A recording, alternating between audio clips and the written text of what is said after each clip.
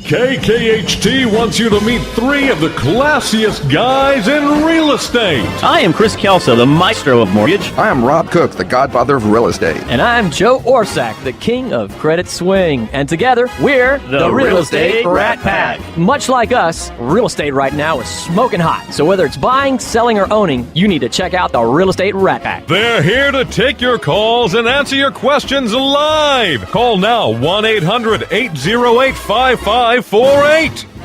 And now, the Real Estate Rat Pack! There it goes. Every week without fail. Same thing. Absolutely. I love that the GOAT joins us now on a regular basis. Yes, and he's got a pretty good voice, actually. Yes. He joins in, Sounds like me singing in the shower in the morning. Actually, I thought you were more like, yeah. I wonder if anybody out there thinks that, because it's me and you howling, that the third person is Rob. Yeah. Yes, I would agree. And here goes Rob. I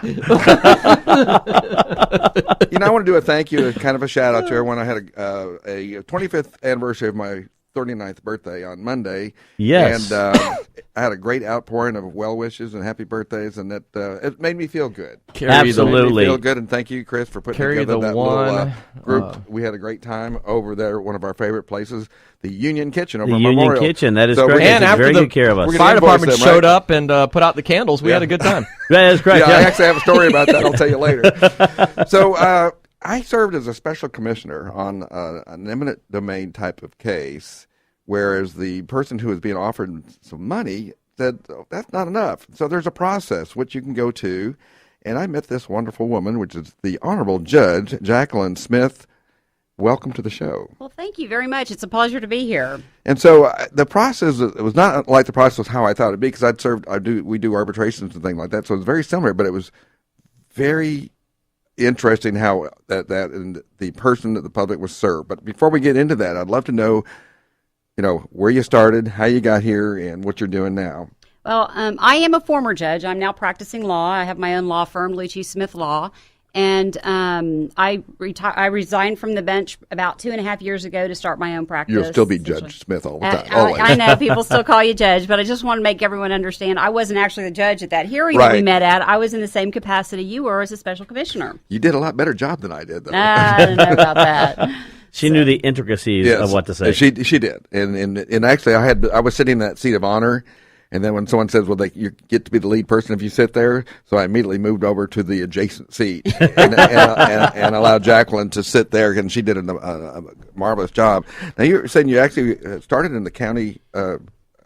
Right. I practiced law for about 10 years, and a friend of mine had gone to work at the county attorney's office under Michael Fleming, and Mike Stafford was the first assistant back then, and she said, oh, it's so nice over here. Everyone's really nice. You should come join us. And so I applied in a very whirlwind-type interview process, which is very unusual for the government.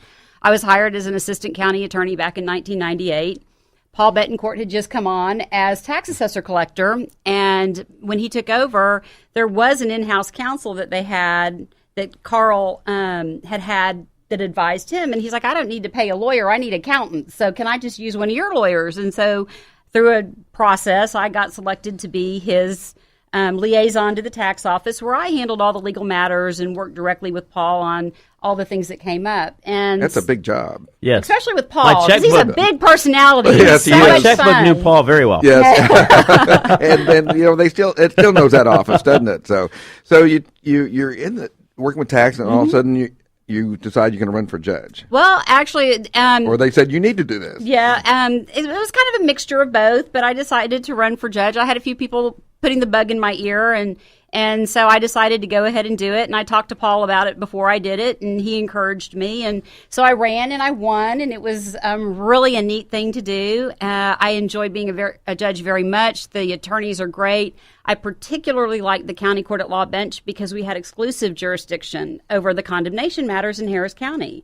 And there's only 4 of us. There are 4 county court at law judges. And I worked with some fabulous women. And at the time, Jack Cagle, now Commissioner Cagle, was judge of Court 1, and we were suite mates. And, of course, Roberta Lloyd and Judge Story and Judge Lloyd, we had worked together at the county attorney's office, so I knew them prior to taking the bench, and they are just awesome judges. I mean, they both are so diligent in everything they do. And I just had a great time. They were wonderful to me. And, you know, things happen and life changes. And so your cases are exclusively having to do with condemnation? I do. I dabble in a few other things that I know about. Like I said, I mean, I have a not just a condemnation background, but that's really my favorite. And that's where the primary focus of my practice is. And I also do some mediations and arbitrations. Well, and I'd love to talk to you about that later, but I really am interested in the process. So, you know, the case that we sat on, it was somebody that was a landowner, and they were taking about 20 foot of his land, and he thought his land was worth X amount. I think he was asking for $50,000. I think we ultimately awarded him $20,000. But that happens every day, right? When someone says, "How does that process start with the county?" Well, actually, a few years ago, they enacted what was called back then Senate Bill 18 to revise the property code. And now there's actually a very formal statutory process that happens for any entity that wants to take a piece of your property or all of your property for a public purpose or a public use. And in this case, they first start off with an introductory letter, which is the initial offer letter. And they give you 30 days to respond to that. And then they'll send you a final offer letter, and you get 15 days or 14 days to respond to that before they can file suit. With that final offer letter, they have to send an appraisal report. And so you get to see an independent appraiser's assessment of what the value is of the land they're taking. If you disagree with that, then you can, then you don't have to accept it. You do not have to take what they offer you. They file a petition. The judge of the court, like Judge Lloyd or Judge Story or Judge Mayfield or Judge Chang, will appoint 3 special commissioners. Now, commissioners are not judges. They are not lawyers necessarily. They are 3 disinterested fee holders that own property in the county in which the property is located. So if it's in Harris County, you have to own property in Harris County to sit as a special commissioner. Those 3 people, just like it would be a juror, you know, just who you might see on a jury panel, you know, just any background, whether it's appraisal, accounting, real estate, law, you know, radio, whatever it is. Any background. That's why Rob was able to do it. A plumber. There's no limitation on the background. You know, you don't know. have everything is at You mortgage barely got people. in there. Anyway, so those 3 people, they are called special commissioners, and you go to a hearing, and it's kind of like a mini court. It's an administrative process, and you get to tell your side of the story. The rules of evidence don't apply. The rules of procedure don't apply. It's very informal. There's not a judge. There's not objections where you're, you know, banging the gavel and whatnot. But the attorneys, if you have an attorney, can show up and present your case. Those 3 judges or special commissioners then decide the value of what they think based on what you say and based on what the condemning authority thinks, and they assess the value. One question I've got, you know, one of the things, is there any way, for example, let's say I've got my home and they come in, they want to condemn my home or they want to take it for eminent domain. Is there any way to say never sell your home if you wanted to? Or is it pretty much a process that no matter what's going to happen, you got to come to the realization that you're going to have to give it up for that public work? Well, you know, long ago, the opinion was everybody holds their property subject to the power of eminent domain because, you know, think about it. If that property owner that had the property in the middle of 59 decided they weren't going to sell and the state had to work around, we might have some pretty squiggly roads. I mean, that makes sense to a certain degree that they have to be able to decide where and what goes.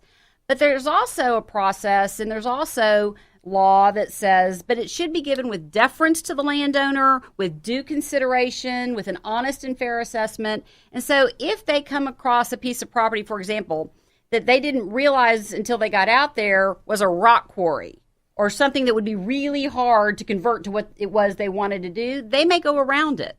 An example of that is on I-10. Remember when they expanded I-10 not too long ago? I remember There's that. a cemetery along I-10. Well, they didn't want to move the bodies in the cemetery. I do remember that, yes. And so half of I-10 was expanded to the north, and then along where the cemetery is, they actually expanded to the south to avoid the cemetery. So you can talk with them and ask them to consider. Ultimately, their decisions are given a lot of deference by the courts because they do have to have some control over that. When you're looking at putting a freeway in, there's, you know, it becomes a lot more obvious that this is something that, you know, is a a big project, that type of thing. What keeps the government from saying, you know what, I like your little proper piece of land, and I want to come in and take that, and I'll come up with some good excuse for what I want to use it for. And that was what I was battling in court on Friday. So, what's your response to that, So, Judge? my response to that is it has to be a public necessity in order for them to condemn, and they have to declare it a public necessity, and then they also it has to be for public use. And there is a lot of case law. In fact, there's a water authority case where there was a water authority that had the ability to condemn for flooding and whatnot and expand the banks. And a property owner owned some acreage along that, but they also owned some on the bluff. Well, on the bluff really wasn't a flooding issue, but they wanted to use that for campsites and parks. And the park authority at the time didn't have condemnation authority. So they tried to condemn that bluff property as well as part of the flooding, and then the court said, no, that's not what you're giving eminent domain authority for. You're only giving it for flood control and the waters, and that's not part of it. So no, you can't have that half of the property. So the court then becomes for lack of better words, the public advocate in that situation? Well, it's not I mean, the how does public that work? advocate, but they are the gatekeeper, so to speak. They make sure that the role of the judge, as in any case, is to the judiciary oversees and make sure that the laws are complied with, and they follow the statutes and they follow the law. They don't make the law. So as a disinterested, in other words, I'm not vested as a judge. You're not vested with the interest of I want landowners to win or I want condemning authorities to win. You have to look at what the law says and what the legislature has decided is appropriate, and then you apply the law to the facts in that situation. Yeah, and we actually did a constitutional amendment. In fact, our TREAPAC, which is our political action committee for the realtors, actually was a big force behind making sure we had an amendment so things could be taken only for public use. And because there was a case, what was that case? The Kelo case out of the United States Supreme Court, where the city wanted to have some development done along, it's not really a port, but they had like a waterway of something. Yeah, waterway of some kind. And they wanted to go ahead and put restaurants and revitalize the area. And they had a vested interest in that.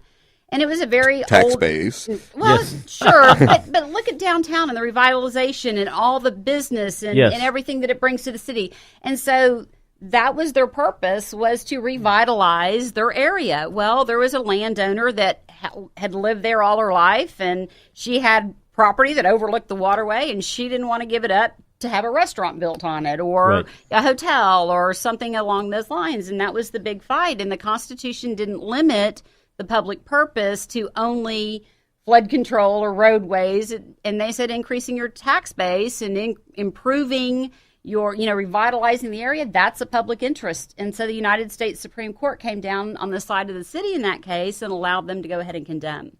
Wow. Yeah, and they have a lot of authority. They have a lot of authority. So if the person doesn't want to voluntarily sell their property, how do they end up getting paid in the process if they, in that case, they are ruled against? Well, I think we're coming up like 2 minutes. Yeah, 2 minutes, right? To break here. After the special commissioner's hearing, like the one that I did with Rob not too long ago, if either party doesn't like what the commissioners assessed the value at, decided the value was, they can file objections. At that point, it becomes just a regular civil case. It's no longer in the administrative phase, and then you can go argue about the value and the right to take in the courts, and it becomes litigation. And I'm gonna ask it now, but we're gonna get it sort of answered when we come back. We do have more time. Yeah, because we have plenty of time. But one of the things I'm interested in is, one of the things we tell from a real estate perspective, we tell everybody real estate is a great investment. You can buy and hold. It outperforms anything associated with the stock market, right? And there's a history of that. I mean, there's a long history. So my concern would be, let's say I bought a piece of land, and my goal is to hold it and pass it down generation to generation, and supposedly it's going to be able to appreciate over that period of time. If I get an eminent domain case against me all of a sudden to say, we want to take this away, I want to talk a little bit about how value can be established to know what I'm losing out on if I was to keep that property over a period of time. I think they can only give you current value. I don't think they can give you projected value. So that would be sort of my argument. But you know what happens when you're having fun? Time flies. Time flies, and guess what? A break or the comes police right get upon involved. us. That is correct. So you know what? We are having a great time here talking about eminent domain and condemnation. However, we're taking a break. Stay tuned. We'll be right back.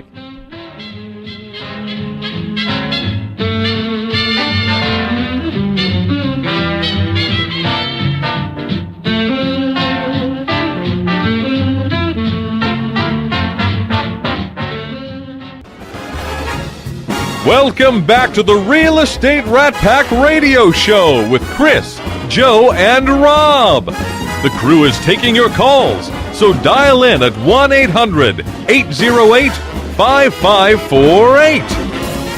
And We're back. With Chris, Joe, and Rob. You know what's funny is my daughter knows how to repeat the whole phrase? the intro perfectly well. She's like, and now, if you have any questions? And now here's my dad. Wow. Well, I am happy to have invited this gentleman along. I've known Frank for probably at least a decade, maybe longer, and he served with me on the MLS advisory group. I learned more about appraisals from this gentleman than probably anybody out there, and I'm still learning. And it's Frank Lucco. Welcome to the show, Frank. Oh, thank you very much. And, Frank was telling me some things the other day, and I'm starting to hearing about all these other people who have authority to do eminent domain. Talk about a little bit about how you got into the appraisal side of the world. By accident. Back in the late 70s, I was working on a marine biology degree, and I always liked real estate. I saw the late night shows, Hawaiian shirts, big yachts, No money down. and was interested in it. And my boss hired me. He was looking for a residential appraiser. And back then, all you needed was a camera, a clipboard, and a car. And you could get in it if you had a salesman's license or a broker's license. So that's how I stumbled into the business. I never even couldn't spell the word appraisal when I started. You can now, though, right? Barely. Okay. He was going to appraise marine biology and shifted it to land. So, when I was talking to you, we were actually with our dear friend Shad Bogany. We're talking about that, and then we started talking about that I had done this special commissioner with the good judge here, and you said, "Well, I've done a lot of that stuff." And I said, "There's a show, because that's a process that not many people know about, and of course, you come into those situations to kind of prove up values.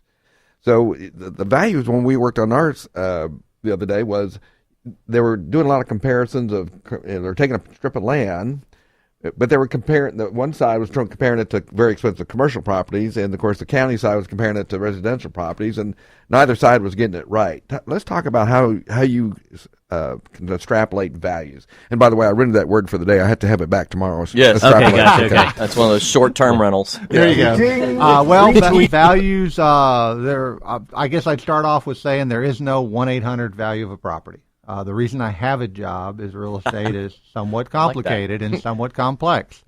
There are multiple ways to go about establishing value, but for the most part, we think of three traditional ways, which is the sales comparison approach, the cost approach, and the income approach.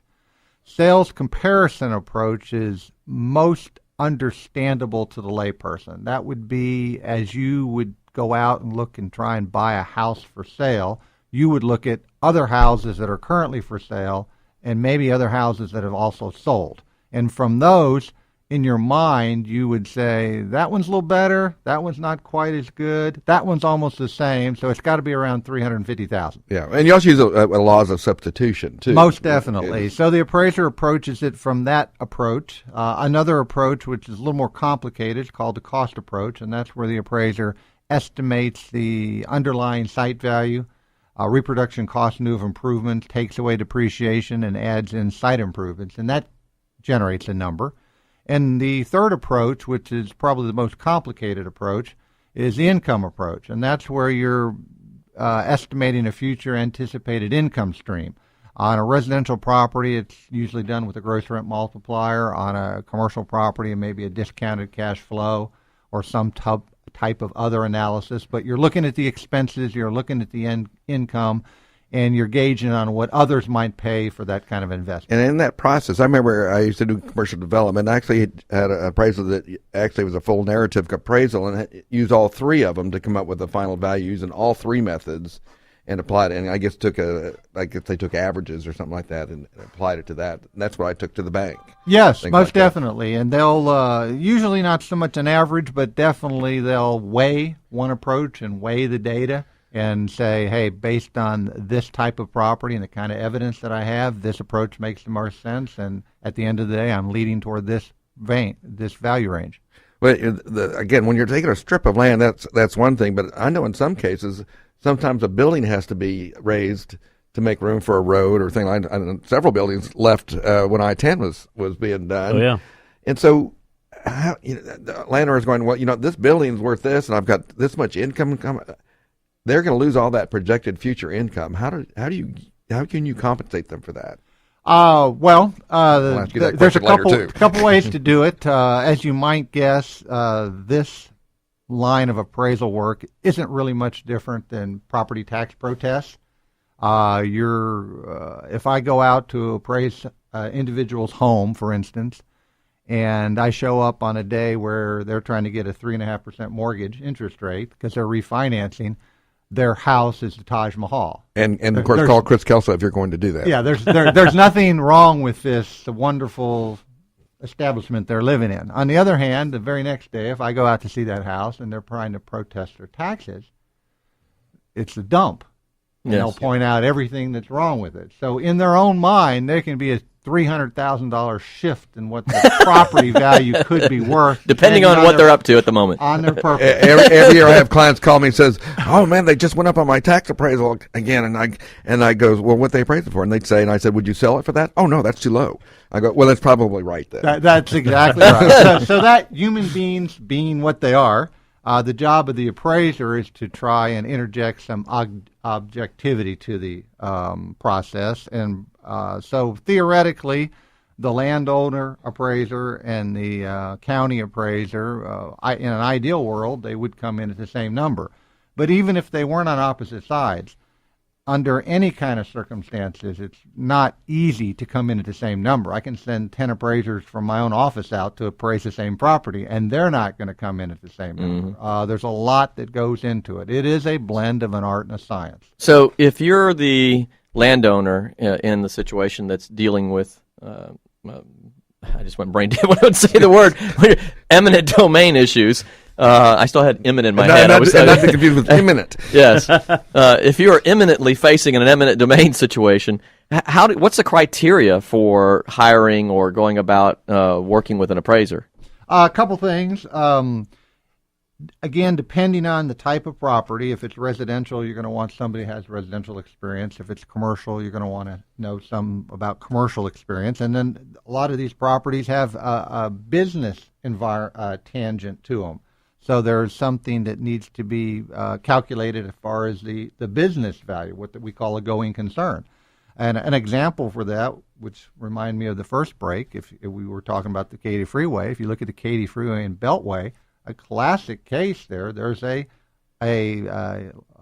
multi-level hotel there that won $6 million because they wrapped the Beltway around it, and they were able to argue this is how much it's hurting our income stream. So in that case, you are taking the income stream in consideration, but as the judge indicated, it's not the income stream for the next 50 years that you might own it. Everything is brought down to the current date of value. So if you no longer own this property, what's it worth to you today? And not necessarily to you, what is it worth to the market today?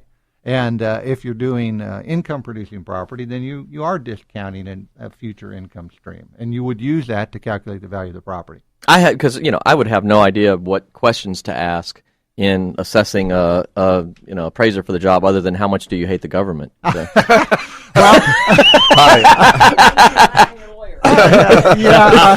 Well, I think the appropriate questions would be, are you familiar with the eminent domain process? Do you have experience in this? Do you have geographic competency? How long have you been into business? Have you worked in these other kind of cases? And a good question is, have you worked on both sides? Sometime for the property owner and sometime for the condemning organization, because you are looking for somebody that's believable, objective, and can be fair about the process. And support your opinion. That's what you want, right? Yes. Well, you would like that, but the appraiser is bound by uniform standards of professional practice. They got a code of ethics and standards, so everybody has their own idea what a good appraisal is, but if the homeowner would like $500,000 and the appraiser can only come up to $300,000, it must be the appraiser's fault. It's the appraiser's responsibility to tell the homeowner, take the $310 they're offering you. I only see $300. And if a landowner hires you, you come in with an appraisal. Do they have any opportunity to say, hey, that sounds crazy to me. That it seems way off. Can they get a second opinion? In essence. Oh, most definitely. We do a lot of work for FEMA, one of our biggest clients. They do both voluntary and involuntary buyouts, and they'll order appraisals, and the homeowner or property owner gets a chance to order appraisals. A lot of times when you're thinking about this, if you've been presented the letter and you know what the other side is going to offer you, you can hire an appraiser and say, hey, look, I'm interested in preliminary. Take a look at this. Am I in the ballpark? And if it is, I'm not going to spend any money. I'll sign on a dotted line and move on. That brings up an interesting question when you talk about FEMA, and they're condemning it because it's now considered, not, you can't live in this thing because it's in a floodway, flood zone. I think along the San Jacinto River, they've had gone back and forth with some properties on that area. What is your value of your property at that point if you know that they're not going to allow any more residents to be there? Doesn't it really diminish the value of the property? Well, here's how it typically works. In these cases, the appraiser is it would be similar for pipelines. It's similar for freeways. It's similar for these flood-related issues. We were awarded Galveston County and the city of Galveston. We did all those houses up along the coast after Hurricane Ike, and we also did all those ones back in '98 that were on the river, Trinity River.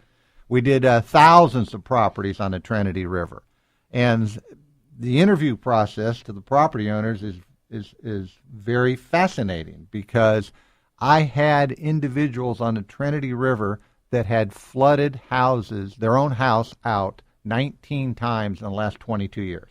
They were literally making a living off money from the government. So that's when the government came out. People and said, do that? 3 strikes and you're Do out. we have a program that allows that to happen? What? And so when I interview, a reasonable question to a property owner is not, was your house in good condition? You know what kind of answer you're going to get. The sarcasm of the hosts and or guests may not be the views of the station.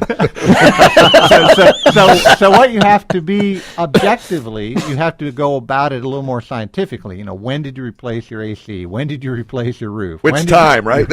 Roof plumbing. And so when they're pulling out the avocado appliances and the gold shag carpet, and they say they just put it in last year, you got to question, where did they get it from? Oh, Absolutely. So which store still sells that, by the way? Exactly. We are coming up against a break and Gotta what? pay We're for the having show. great subject matter. We're going to continue on, but we have to take a break, so stay tuned to the next segment. We'll be right back. I love... I live in a tiny closet, a lukewarm cold water flat, with room for a couple of cinders and a mouse, a hole, and a trap. Welcome back to the Real Estate Rat Pack Radio Show with Chris, Joe, and Rob. The crew is taking your calls, so dial in at 1-800-808-5548. And we're back. You're having too much fun over there. We are having a lot of fun. Well, I'm here next to the judge. Coach Cream! And Miss Smith, actually. And one of the things I wanted to get back to a question I had at the other segment we talked about right there. We were talking about obviously being able to go through and evaluate from an appraisal perspective, but we also talked about a little bit, about let's say you have a business and that business actually has income coming in. Let's say it's like a restaurant, a restaurant or a hotel, Parking lot. And so parking lot, as Joe was saying, garage. and then you end up having. Then you end up wanting to get it. Eminent Domain comes in, they want to take it away, and you've got future earnings that are now impacted. How was all that considered in this process? Well, frankly, it's considered in the same way it would if you wanted to sell the building. That's the approach that should be taken. So if you wanted to sell your building, you're not going to sell it to somebody who's going to pay you in advance for 50 years worth of income, right? Because then they're paying you in advance, and they're not going to make any money because they've given you all their income for the next 50 years. So you actually have to value it based on the income stream, based on a capitalization rate, based on the net present value of that money, and based on a history of what is actually performing. what that property is actually producing. But I don't want to sell. Being that devil's advocate, I don't want to sell though. You see, so I understand on the one side you say if I was a willing seller, I would have to approach the market with the normal way of selling my property, right?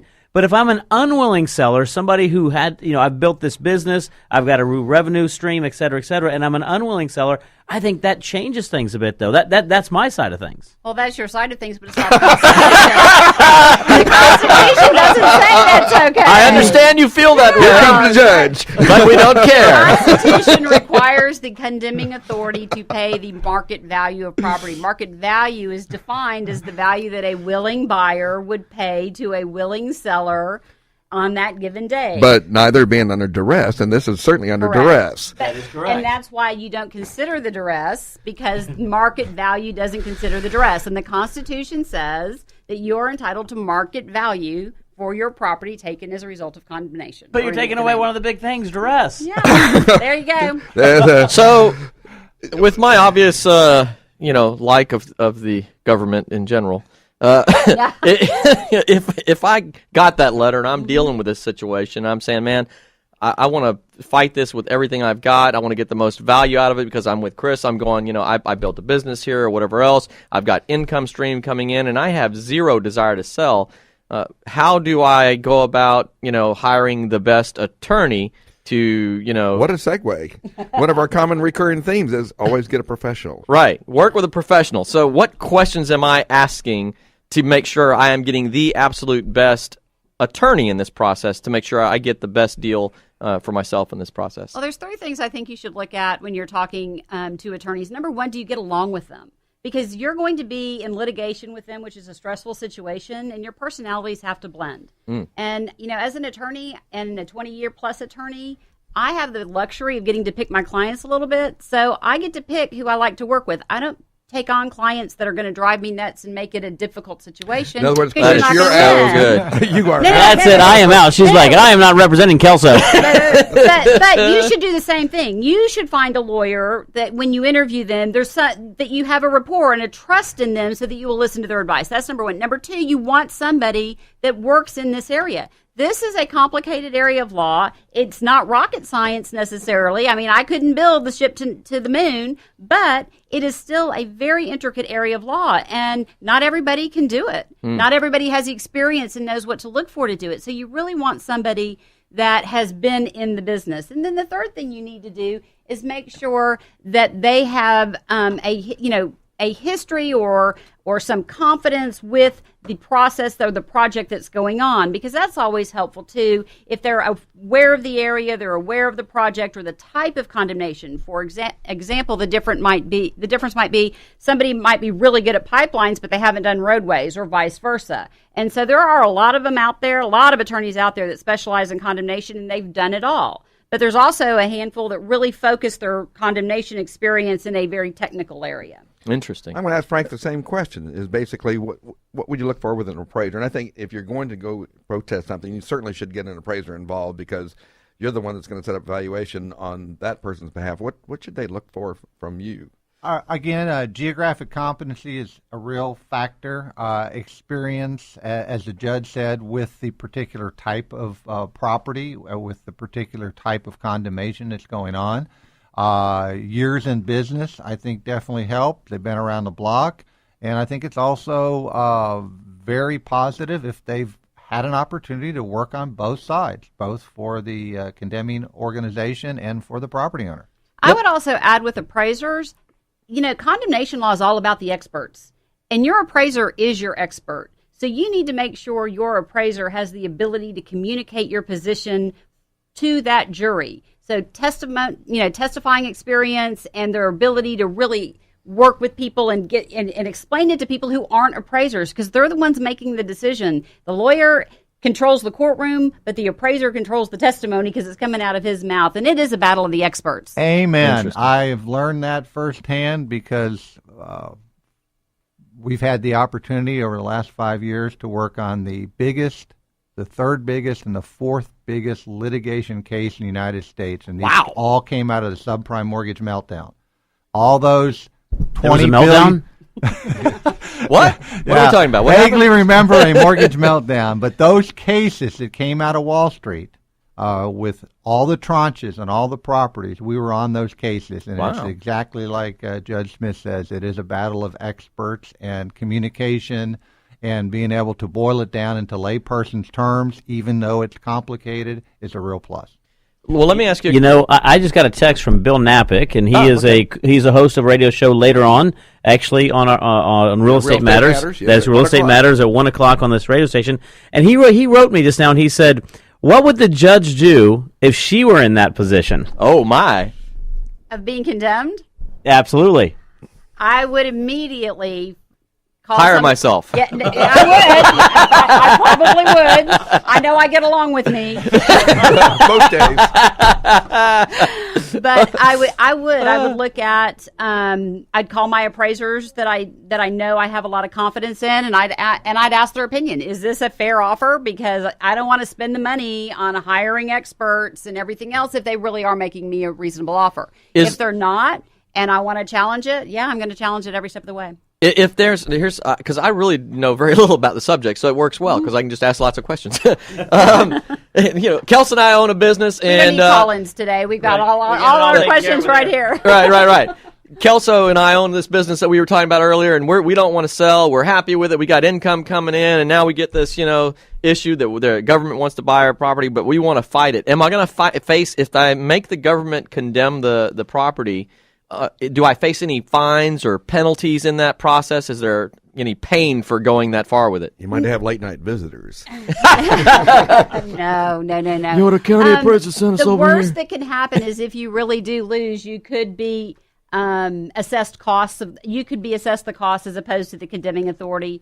If you challenge it and you get less, and you've taken the money out of the registry of the court, you have to pay it back. Because one of the things, in order for them to take possession of the property, whatever the special commissioner's award is the value, they have to put that into the court's registry. If you're challenging the right to take, you cannot take that money out because as soon as you do, you've forfeited challenging the right to take. But you can always challenge the value. So, and you have the right to that money because that's what they've decided your property's worth. So if you take it out, and there was a case where the special commissioners gave a lot of money and then the jury took it back and the landowner actually had to return it because he had taken the money out. Oh, dang. And so that's some of the things that might happen. Man, that would suck, right? Got all this money, gotta give it back.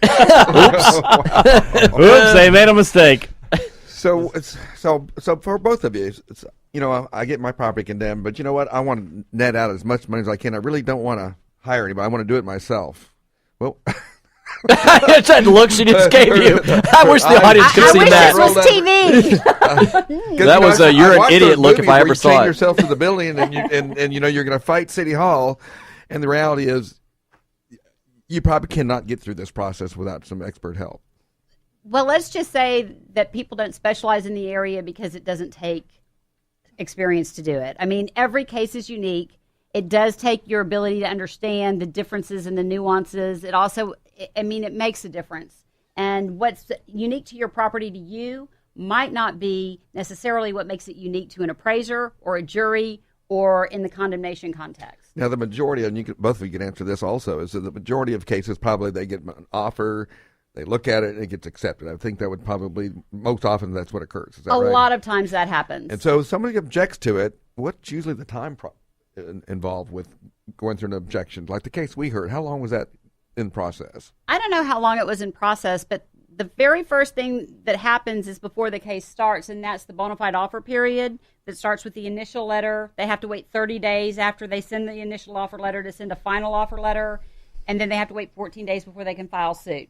And so that minimum is a 45-day process from the initial offer letter to the filing of the petition. Once that statement in condemnation or petition in condemnation is filed, the judge has to appoint the special commissioners, and it goes through the administrative phase. That also has time deadlines. You're looking at, best case scenario, I think, realistically, from the initial offer letter to the special commissioners hearing, even if everything worked like clockwork, I don't see how you could possibly get that done in less than 90 days. And here's a hypothetical situation. You condemn a piece of land or a property of some type. they had a use for it, and then maybe the government didn't get the full funding for that use, and that property is now owned by the county or the city or whomever was a condemning authority, what can happen to that property at that point? You can buy it back. I give you $1, right? And all other good consideration, right? Well, and unfortunately, that does happen from time to time, and there are provisions for it if they don't actually use it. But for the most part, I guess the question is, could they sell it for private use at that point? After so much time, yes, they can. So with enough strategy in place, they actually could condemn land, not actually develop what they said they're going to do it for, and later on put it into commercial use. They would have to hold it for quite a while, but yes, they can. Interesting. Wow. Yeah. Well, and that's a good question. Is there a holding pattern? I mean, would they you mentioned they have to hold it for a little while. Don't know it. Don't know if that's something, but I mean, is that like a 10-year or 20-year? I mean, is there regulation around something like that or code around something like that? There is, and I would, frankly, guys, She I wants think I her need my property property code code. Where's that clerk when you need her? And frankly, I just haven't dealt with this recently, and so I'm going off of memory. But as I recall, there is a holding period that they hold it for, and I'm not sure exactly what it is. I want to say it's 10 years, but I don't know that off the top of my head. But I know exactly where to find it in the property code.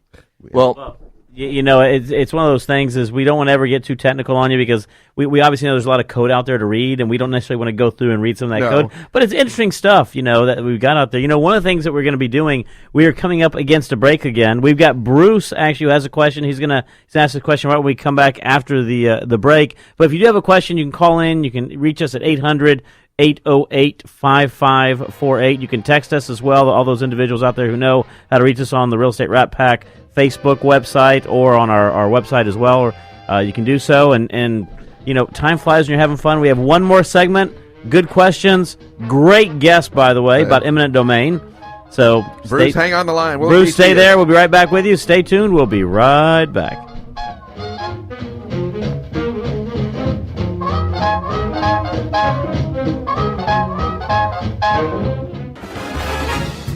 Welcome back to the Real Estate Rat Pack Radio Show with Chris, Joe, and Rob. The crew is taking your calls, so dial in at 1-800-808-5548.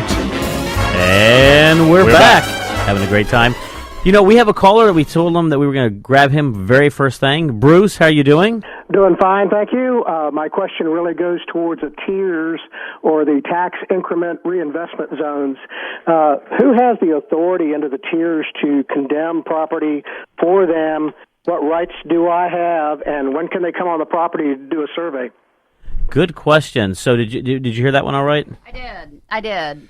Well, as far as getting on your property to do a survey, typically when they send out that initial offer letter, they also send out with it a survey form where you're giving them permission to be on the property. If you don't grant them permission to be on the property, they can go to court and get an injunction, enjoining you from interfering with their ability to survey because that's part of their rights to condemn. So you can make it difficult for them, but they're going to get on your property to survey. So as far as that goes, that has to happen with like the initial offer letter or the introductory letter, not even the initial offer letter, when they're first starting to figure out what they're going to offer you, et cetera, they usually send out a letter saying, we're in the area, we're thinking about doing this, we're going to be on your property. And that's a courtesy to let you know they're going to be there. The tax reinvestment zones, tax increment reinvestment zones, frankly, they had a lot of power for a while, and I don't think that they had quite as much power as they used to. St. George Place is one of those examples. Right. And people are challenging their ability to take on a regular basis. And so it really has to do with how they go about the process of deciding what properties to take and what to do with it. Did that answer your question? I think it kind of hit it on the head. Thank you. Thank you. I think we have another call coming in. We right? do have another call right behind there. We've got Vicky calling in. Vicky, how you doing? Oh, I'm doing great today. Oh, perfect. You have a question or a shout-out you want to do? I want to do a shout-out to Ray at Styles Unit. Tell him that I got his letter, and praise God that he's listening to your program. Well, thank you very much, Vicky. We really appreciate it. Thank you. Bye. Bye-bye. Time flies, like I said, and we're in the last segment with a lot of good questions that we've got right there. And, we lost Ashley. She's busting up. Yeah, we lost Ashley right there. We've had a good day. I have another question for you. Yes. I keep rolling with this. We have to buy a business now, Kel. So because I've Just to be able to argue the point. Yeah, just be able to argue the point. Exactly. We need to put it near a freeway or something. If we had this business that Kelsey and I were talking about, and now we get the letter, and now the government comes back and says, well, fine, we don't want to mess with your property. We're just going to go ahead and build the parking lot around it, or freeway around it, whatever. And now our business is actually messed up because of what they did. What do we do? We're sitting here twiddling our thumbs. We got no more customers because we got freeways running around our business. That happens all the time. In fact, I have funny real estate photos in my office where you'll see 80-story buildings all around a little 1,100 square foot house. That's the one person that didn't want to sell out. The Omni on Woodway. There you go. The Omni on Woodway? There was a little old lady in the middle of all the land with Riverway and all the office buildings, and she didn't want to sell out, and she's got her little house in the middle of But that town. wasn't through eminent domain, though. That was done. That was all through It was private purchases and same- things like that. So. Same kind of concept. But, so Yeah, what's but the- she's making out well when she wants to sell that piece of property. Right. Right? no kidding.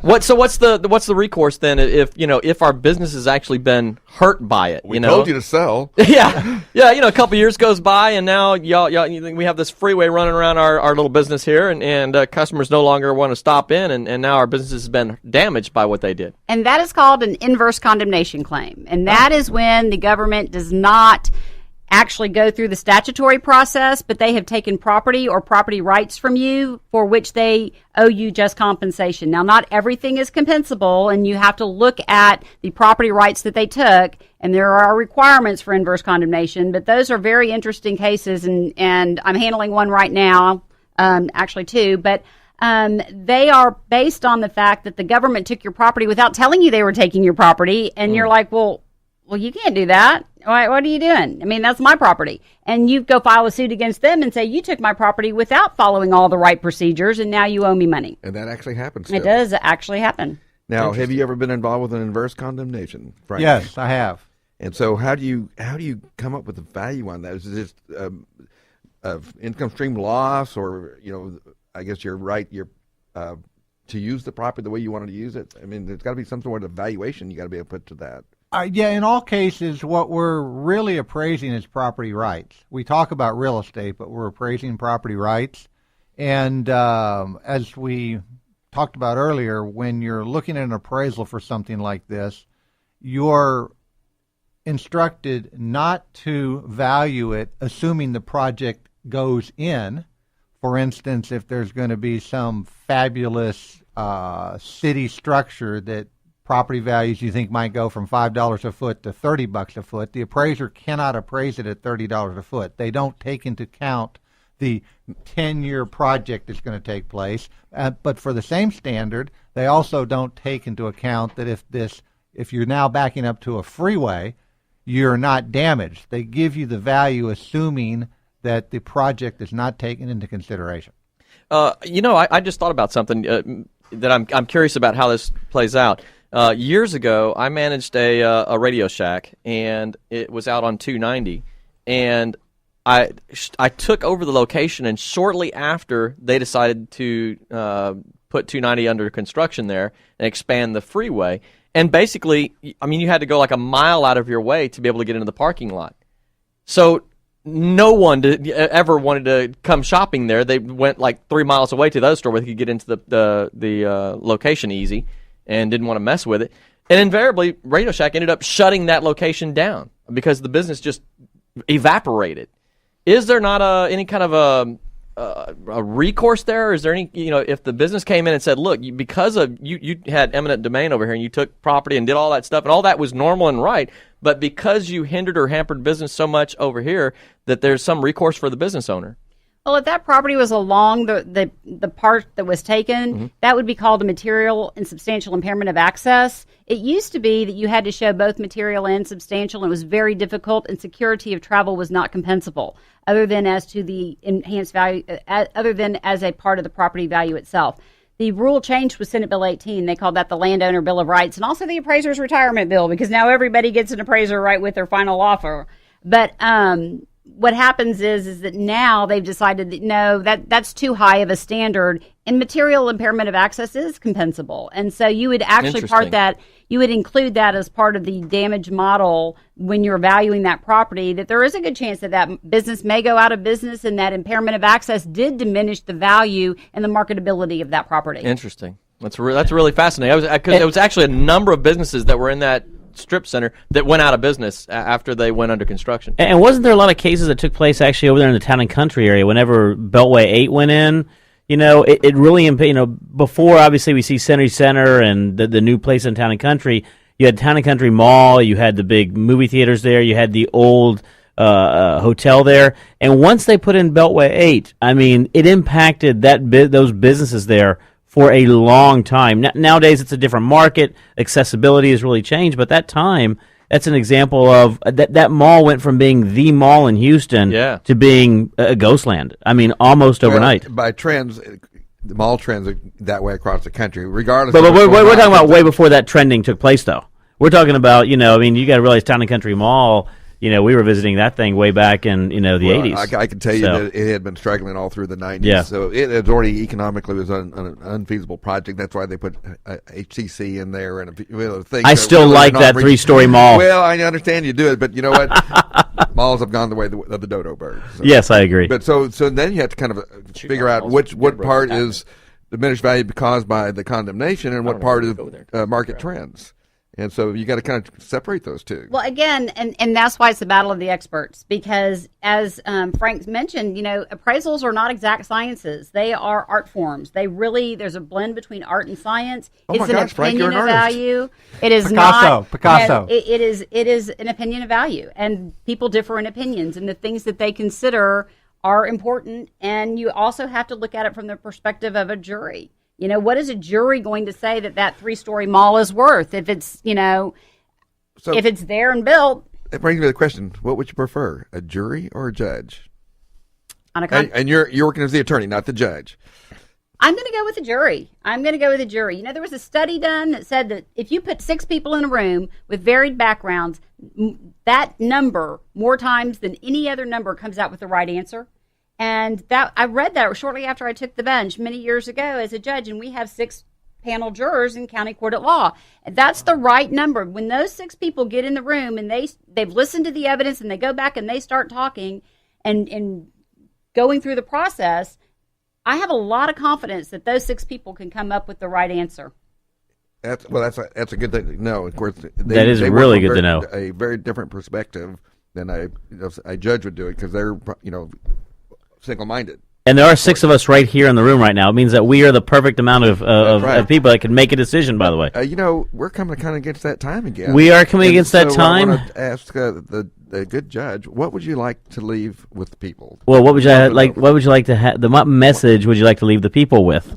Yeah, the people's. Well, if you are facing a condemnation situation, I do think you should find yourself a lawyer, and I do think that it should be a lawyer that practices in the area and has a good command of that area of law, because it is a specialty. It is not something that you go to a lawyer that handles homeowner association cases because they're your regular lawyer and they handle your stuff and it's part of what's being taken. You need to go to a condemnation lawyer to handle a condemnation case. And how do people get a hold of you? I have my website is luccismithlaw.com, LUCCI Smithlaw.com, and my phone number at the office 832-494-1700. And Frank, same question to you. Question. What do you want people to know? I think what I would point out is there was a study done, a famous study, a very simple study done either at Harvard or Yale, and it was about a coffee mug, and they produced coffee mugs and handed it out to the people in undergraduate class, and what they found out is those that got the coffee mugs, which was about half the class, thought the coffee mug was worth about $7. Those that didn't get it said they'd give $4 to it. And that study applies to cars, houses, businesses, and everything else. The gap between what you think it's worth when you own it and what somebody else on the street might be willing to pay is why the appraiser is there to close the gap. How can we get a hold of you? 281-596-0066. Great show as usual. One of the things we want to do is leave a great quote, and today is no different. Government has no other end but the preservation of property. That's from John Locke, by the way. John Locke, by the way. So until next, you quoted that in your brief, right? My brief this week. Time flies, you're having fun. We are done for this week. Until next week, we are out. And you've been listening to the Real Estate Rat Pack. The question is, who's Frank, who's Sammy, who's Dean, and who's the other guy? Chris is Frank, I'm he's Dean, and I'm Sammy. Yes, that's right. Yeah. So tune in to the really big show every Saturday at 9 a.m. right here on 100.7 The Word, KKHT.